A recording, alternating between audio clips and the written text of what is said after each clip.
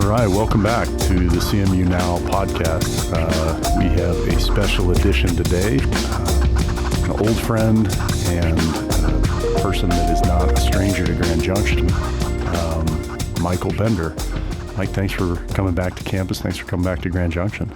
Really, really excited to be back. I love the Western Slope a lot, so it's always a real pleasure to be here, and great to be here with you too, John. Yeah, we feel lucky we get to call this place home, but of course that's not home for you any longer. You're in Washington, D.C. these days, reporting from the New York Times, formerly the Wall Street Journal, formerly Bloomberg, all lesser publications to the Grand Junction Daily Sentinel, of course. But this is where you got your start in all seriousness, right? Out of college, you started here at the Daily Sentinel, and this is where it all began for you. Yeah, definitely. And if there are listeners who remember me from back then, it is the same Mike Bender. I know it must be sort of unbelievable to think that like I am made anything of myself, but I feel very lucky to still be in journalism and to have sort of worked my way through, the industry and now to be, writing about national politics and the wild story that is Donald Trump. It's been a wild ride and pretty fun. And I think of my days back here in Grand Junction very fondly and really learned a lot of important things here. So you are front row seat to one of the most remarkable, and that word could mean different things to different people, but one of the most remarkable political stories certainly of our lifetime and maybe beyond. How is it that you found yourself covering Trump many years ago? How did that all start? And just kind of walk us through how you became one of the insiders following Donald Trump. Yeah, I had covered politics for a while. Before then, I got my start here covering the Mesa County Commission back in 2000, 2001, and started doing a little bit of more state politics in 2002 and 2003 and 4, and just really loved covering politics. I'm not a very, very particularly political person, but I just love the stories and telling the stories of politicians trying to make a sale with voters and how the voters were responding or not responding and how the candidate adjusted or didn't and what that meant and really even on the governing side of things as well. I don't want to break any news here, but it's not always the best idea that wins out in a state capitol. A lot of times it's relationships and even in a good way. Two lawmakers who had a relationship, they sat on the same subcommittee years earlier and trusted each other to get a piece of legislation over the finish line might be the reason. And those always interested me more than the policies themselves, I guess. And so that's what kind of kept me on this track.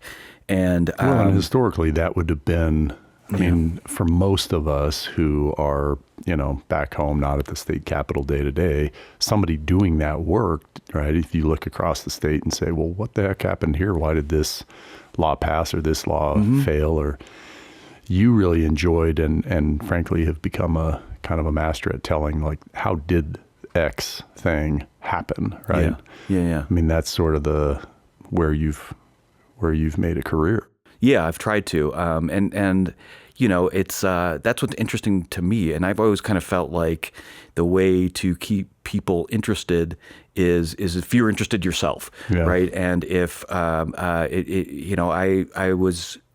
always tried to find something exciting and fun about this job, and it is important for people to feel that. Whether and I don't mean just positive, fun stories about candidates. I mean, in more investigative stories with more of an investigative bent, or holding a politician's feet to the fire. Those can be done in a fun way, and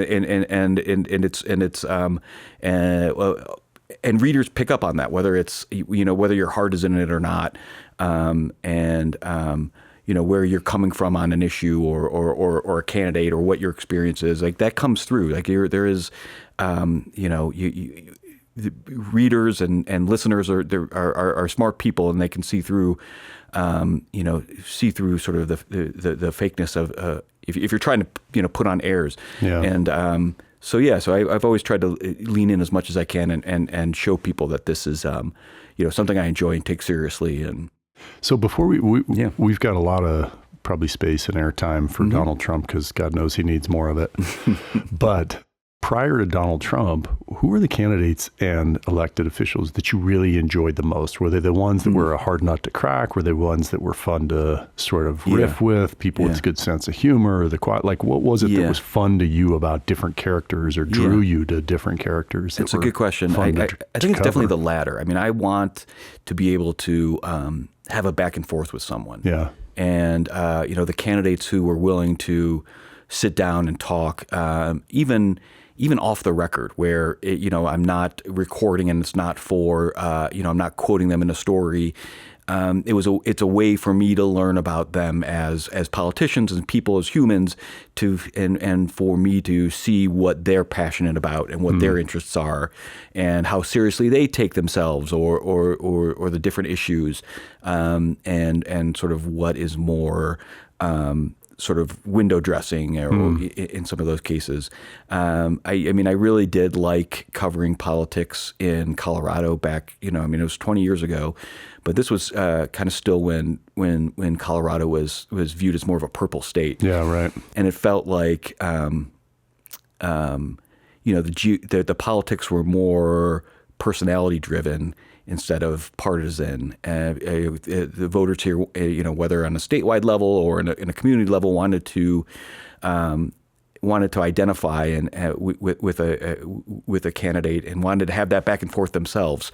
And the geography was really fun for me to cover too, and added to that. It was really fun to work for the Grand Junction Sentinel and cover state politics, right, where the biggest city in the Western Slope, right, and with all the water flowing west and all the people on the east, it was fun in the state, again covering state politics, to be a representative of the biggest newspaper in the Western Slope, and to bring that viewpoint and to state policy back and forths and state policy issues, and there's not a lot of places where geography plays had played such an important role as Colorado. So that was really fun for me.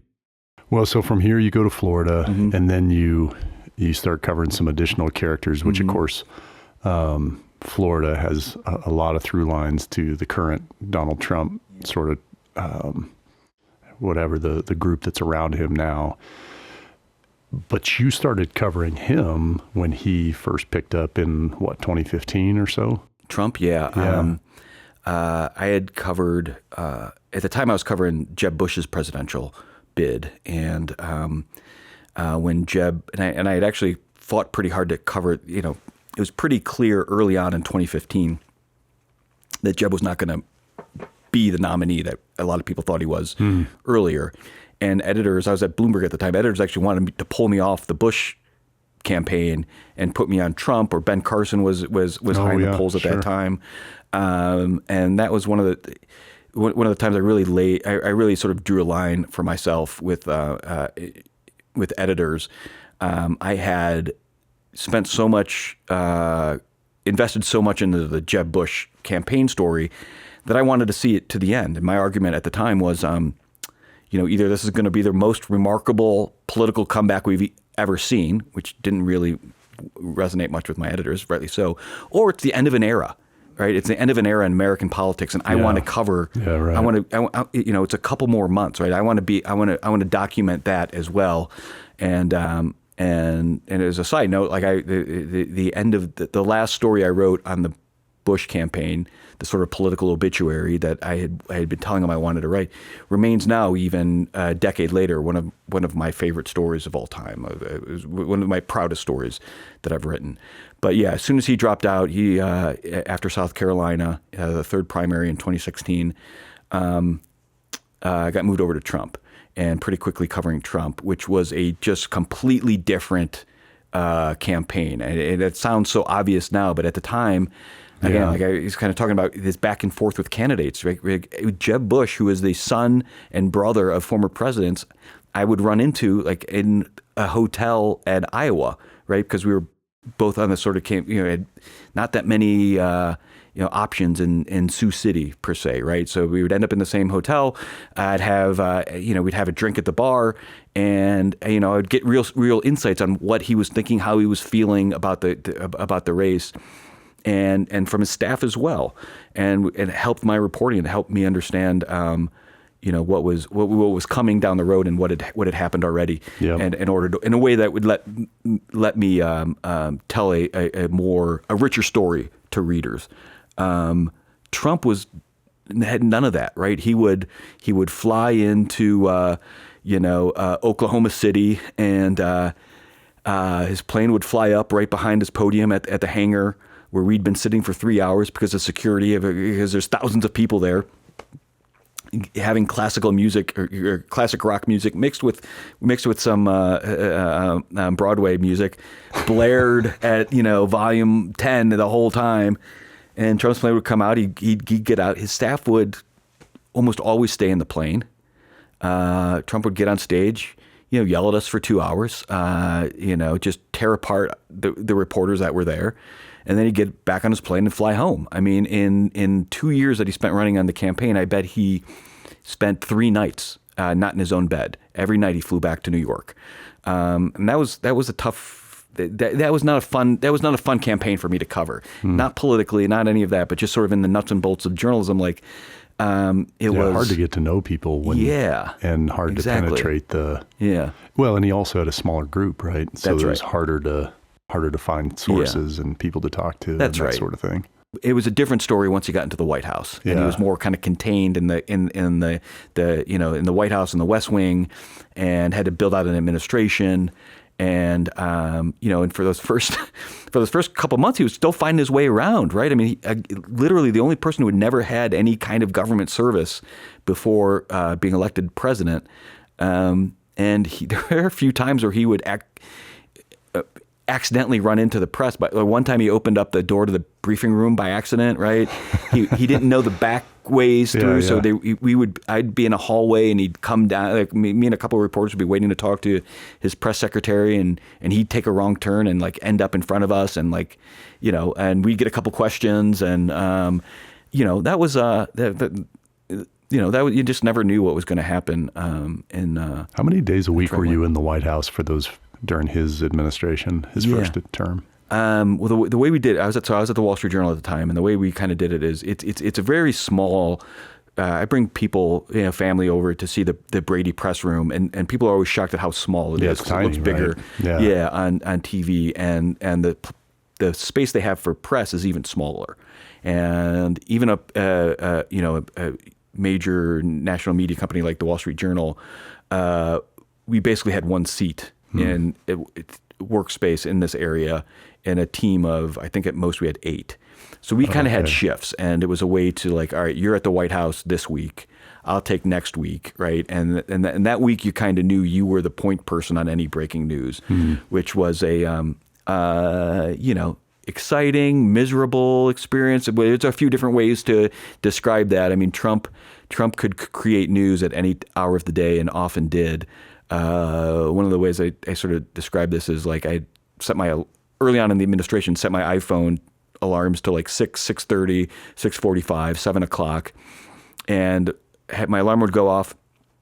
I would check @RealDonaldTrump on Twitter, see if he had tweeted, and if he hadn't, I'd roll over and wait for the next alarm to go off. Or if he had tweeted, I'd sit up in bed, pull out my laptop, and write up a quick story on what he said, and turn it, and that would be a headline, and within a half an hour.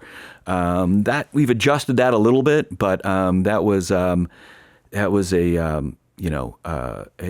tough way to cover anyone, but we'd never seen anyone like Donald Trump, and we'd never seen anyone use social media like he had. So there's a lot of learning on the job with him. So you've had that front row seat now for a while, these last 4 years. Well, you didn't really have 4 years off because you've been covering the campaign for the last 2, right? I think the last time you and I chatted. You were at Mar-a-Lago, maybe the day he was announcing or something. Which was days after the midterms, right? Yeah, that's right. It was November of 22. Yeah. Yeah, it was like 2 years ago. And you're sitting there with the palm trees behind you in Mar-a-Lago saying, I can't believe we're back here again, but here we go. Yeah. And yeah. So you had 2 years off. Yeah, right. I wrote a book in that time, and yeah, so I'm just like super refreshed and ready for this again, and just like rip roaring to go. Yeah, I mean there is a difference. I mean, I think there is. Well, you've learned a lot. I mean, to your point, like 2016, who could have? Yeah, nobody was ready for that. Yeah, but today you kind of have an idea what you're in for, right? Yeah, definitely. I don't know if that makes it any easier or not, but probably not. Yeah, or what that says about me. But let's shift gears here a little bit and not dive too deeply into that. But yeah, I certainly know more. I know too much to look away. Yeah. Really, and it's a story like I am. There's some amount of trepidation for me. I mean, I do like my job. But I love my family and I would like to see them. And, sort of lessons learned, that's one of them, is how to sort of protect my time better to make sure that one doesn't cost me another. And that's real important for me. And well, let me ask you a question related to that, because it is, in some respects, it's not dissimilar from an elected official who goes through a season where it's just an incredibly intense time. I mean, you think about, it's like, well, who else is at the White House all the time besides the president and his staff? You read about the burnout of staff, you read out the burnout, and you see these pictures of presidents over the years, right? And these, although Trump seems to be like the only one that I think he like got younger in the White House somehow, but it's true. But you don't think about necessarily all the journalists who are doing the same shift work, the same long nights, the same things, and it's a grind, right? Yeah. How do you go about that work with colleagues that are, frankly, the only people who could understand your experience in some respects are other journalists, but they're also your competitors, right? Yeah. Tell us about that dynamic inside the White House with other journalists. You're both sort of like some weird, warped support group, right? But you're also like kind of a cutthroat competition too, right? Yeah. Yeah. I mean, it is it is a pretty supportive group, the White House Press Corps, and we do largely look out for each other, and it's not really going to be sharing scoops or things like that. I mean, although it's not beyond, have had people ask me, like I've had broken stories and other journalists come up to me in all seriousness and earnest, say, who told you that? Like, who are your sources on that? Like, I won't tell. Like, I just need to match it, right? Like, I need to find out too. And like, what the, no way. Yeah. That's not how this works. Exactly. But on the other hand, there is a lot of information that is sort of shared, right? A shared awareness kind of information that if you are at a news conference and your tape recorder's not running, you got a battery, you got a... Yeah. Also, I did learn this year that there are no such thing as tape recorders. I mean, I have an audio recorder cover out there on the campaign trail. I'm telling you, John, I'm like, I You don't have a cassette recorder with like a full... I haven't had a cassette recorder for a long time, but I was getting made fun of for having a digital recorder with a USB plug into my... That's hilarious. Because all the young journalists... Just use their iPhone? Just use their iPhones and have software on there to do immediate transcriptions. That's so funny. Yeah. One of the embeds from one of the young reporters from ABC covering the Republican presidential campaign looked up my recorder and found out that she was in high school basically when I bought this recorder, that feels which good. That feels really good. For the record, was not that long ago. Okay. Anyway, but so like if you miss, if your recorder's not running, like do a good job of like of sharing a transcript or late to a news conference, what you miss, sort of thing, and like those sort of things that are just sort of like professional courtesies, I guess. And pretty quickly, like, who does play ball with that kind of stuff and not. And I don't mean to use a play ball like in any kind of nefarious way, but No, who but is sort of there's like willing to have that sort of professional courtesy and who isn't. Well, and from that you know, standpoint, I mean, how long? What's the average shelf life of somebody in that press corps room? it's a good question. I don't know. I mean, there is sort of the full range. I mean, I really enjoyed the opportunity to do it for the Wall Street Journal. And if I never had the opportunity to do it again, like I wouldn't have been distraught. I mean, there's part of me that wonders like what it would be like to cover like a traditional, quote unquote, normal presidency. Yeah. But like it's a grind. Like there are a lot of cool things, right? I mean, about covering a White House and going on the foreign trips. Calling my mom from Buckingham Palace. Yeah, that's cool. Yeah, it was super cool, and talking to the president on Air Force One, like those are things that are stories I love to tell and we'll talk about forever. And what helps keep people in those jobs for a long time. I mean, there are lifers in those jobs at multiple organizations, but for me, it's also a lot, and I'm interested in kind of some other things, and but I guess not enough to not cover another Trump presidency. Yeah, right. Yeah. Well, so you talked about some young people in the business. We're here on a college campus. You've had a chance today to speak to some classes and some young people. What are the things that you're thinking about as you sort of look out on the horizon for democracy, for education, for politics? What are some of the things that you're worried about? What are the things that are encouraging to you? It's a good question. It's easy to get cynical in Washington and seeing some of the political process up close and worry about the future. No question about it. I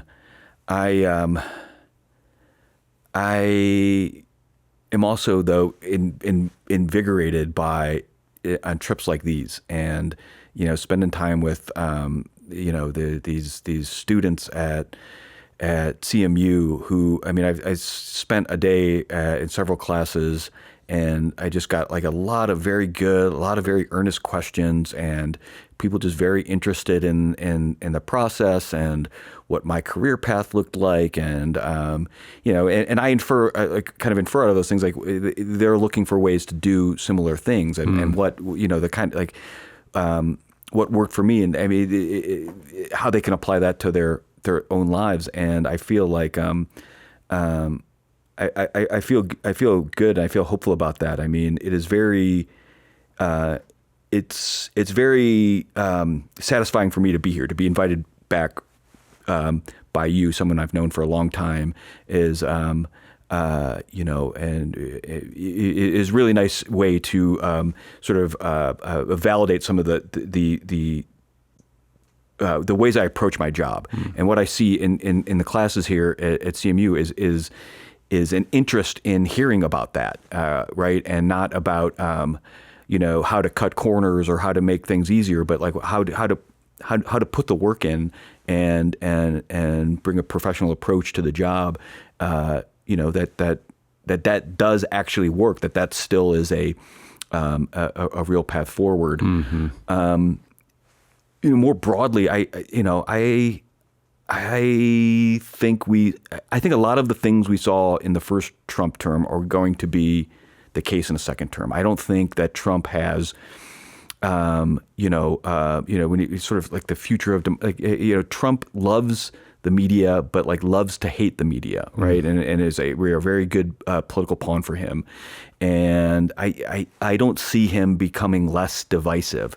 I see him kind of being emboldened by what he views as a mandate in this election, and things like mass deportations I think are coming, and I don't know what that could possibly look like, and how they're going to pull that off in a way that doesn't have a lot of residual effects and unintended consequences. So those are, on the other hand, those are the kind of things I worry about, and how do I cover that, or and how do I write about that in a way that can prepare readers and prepare subscribers and readers for those eventualities. I think is something that it definitely keeps me up. So Peggy Noonan, the fantastic columnist for the Wall Street Journal, was interviewed recently, and she led on that she had just met Trump for the first time a few months ago. And her comment, if I understood her properly, was something to the effect of she needed to be able to see him at a medium distance, right? Not up close, not too far away. And she was worried that if she met him, that she would like him, and that might change the way she thought about him and wrote about him and those things. You obviously know Donald Trump. You've written about him for quite some time. You spent time with him. You've interviewed him a number of times, right? You speak one-on-one periodically, whatever the case might be as a reporter and for sure elected official. How do you maintain the ability to see the president-elect in a way that allows you to be a good journalist, to both know him, but also trying to protect your own, I don't know how else to say it, human feelings toward another human being?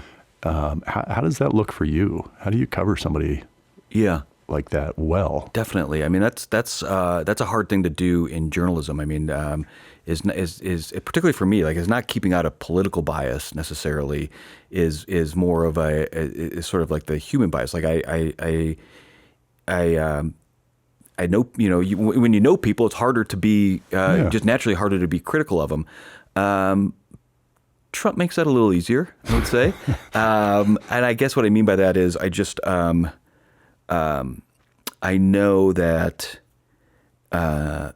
Trump is always going to be, he's always going to come back for more, right? Like he's never, like he as much as he hates the media and loves to, the failing New York Times, et cetera, he wants, it's better, it's more important for him to be criticized than to be ignored, right? And he would rather be a part of the story than not. Or the worst thing would possibly be viewed as boring. So that does make it a little easier for me, because I know that I can be I can keep his feet to the fire without jeopardizing a relationship, right? And or jeopardizing any access. And I mean, a little what I hear you saying is he's not going to get hurt feelings about things. Yeah, he might for a minute, and like there's always you're always kind of like in the doghouse to a certain extent with him, but not forever. And because he views it as sort of a cage match. Yeah, that's right. And he's a very transactional. He has a very transactional approach to life, to politics, to journalism, and he knows that he's going to get something out of talking to the New York Times. And again, I mean, that's not to say I'm not saying if I was just like went off half cocked that I would never be part of another interview with him again. Maybe important as baseline or background that you're a fair reporter, you do your job well, you work hard, you keep those ethics. Yeah, as long as I can sort of explain to him or his team like why I wrote what I did and why framed something a certain way, then you live to see another day, and he was but that also. He did not love when I wrote a book about my experiences with on the campaign and covering the first term. He did not love it, and he didn't like a lot of the headlines that came out of it. I don't think he read it, but he would start every conversation with me. Michael, why did you have to write such a bad book, right? And that took a while to get past, but he doesn't bring it up anymore, and his love of being in the New York Times is more it certainly transcends any anxiety he has about anything I've written. So we're talking to an audience right now that probably is like much of America is probably split in terms of how they voted. Probably some of the folks who are listening to this are strongly in one camp or the other. Mm-hmm. And one of the observations I think that a number of folks have had is that it's going to be hard during the second Trump presidency to get back to some semblance of politics occupying a more normal space in ordinary Americans' lives. In other words, it doesn't appear from a distance that Trump is going to allow that. He wants politics to be in the lead, in the news, and he is quite good at keeping it that way. But if you can fast forward 4 years, do you think there's an opportunity for us to return to something that feels like politics in the pie chart of your sort of daily life starting to occupy a more normal space? I do. I just don't see many people with the ability to drive the news like Donald Trump. I mean, certainly if anyone with the bully puppet of the White House, it has the power to do that. Yeah. And Trump has certainly shown a new path forward.